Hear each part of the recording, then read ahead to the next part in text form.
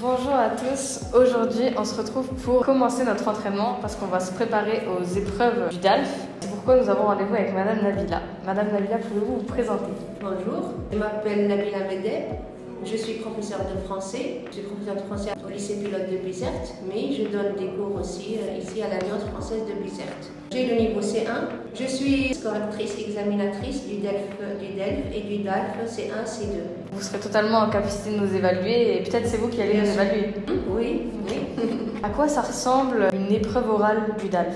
Avec le B2, par exemple, on a un court extrait, maximum d'une dizaine de lignes. Le candidat ou l'élève doit lire, relever la problématique, relever les principales idées et discuter de la thématique avec le jury. Avec le C1, on a deux longs textes qui traitent du même thème.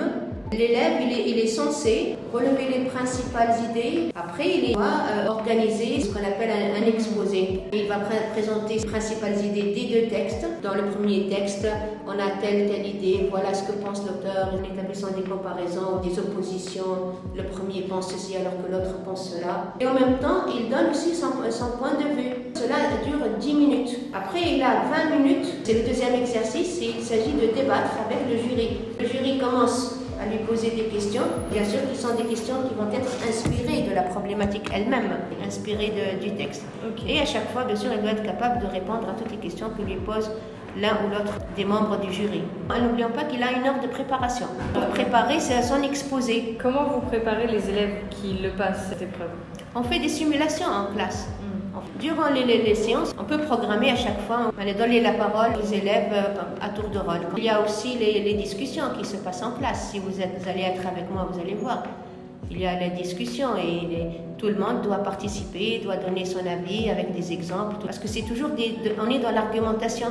Il doit trouver des idées, argumenter et illustrer ça par des exemples tout le temps. Est-ce qu'il y a un bon moyen pour s'entraîner à être à l'aise à l'oral? En classe d'abord, moi j'essaie de donner confiance à mes élèves, même si on voit parfois où on rencontre des élèves qui sont un peu timides, qui sont un peu retirés, on essaye de leur donner la parole, de leur demander leur point de vue. Il ne faut pas oublier les élèves timides. Vous arrivez à les préparer à temps et ensuite ils se sentent capables de parler? Oui.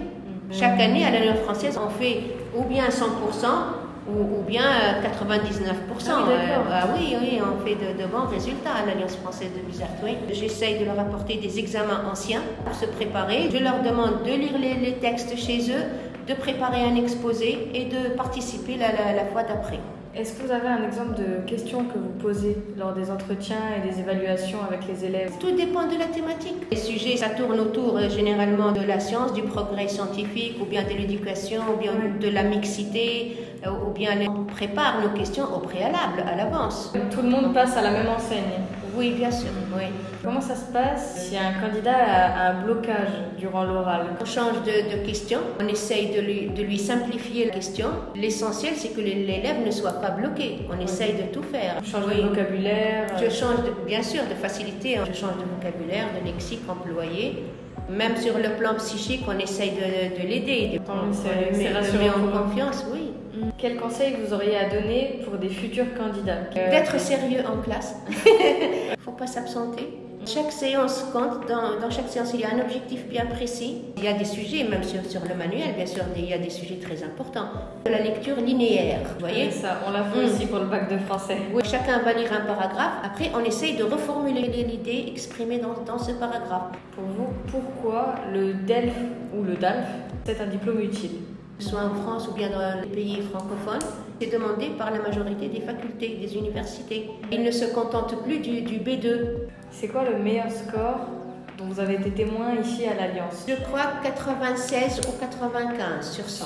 Vous avez déjà eu des candidats de nationalité française? Non, je crois que non, pas encore. Mais par contre, j'ai eu des adultes qui travaillent et ils veulent faire du C1. Je crois que j'ai une meilleure compréhension de l'épreuve maintenant. Merci beaucoup à vous, Madame Nabila. C'était très intéressant pour nous et j'espère pour tous les gens qui ont regardé, ils ont pu avoir les infos qu'ils recherchaient.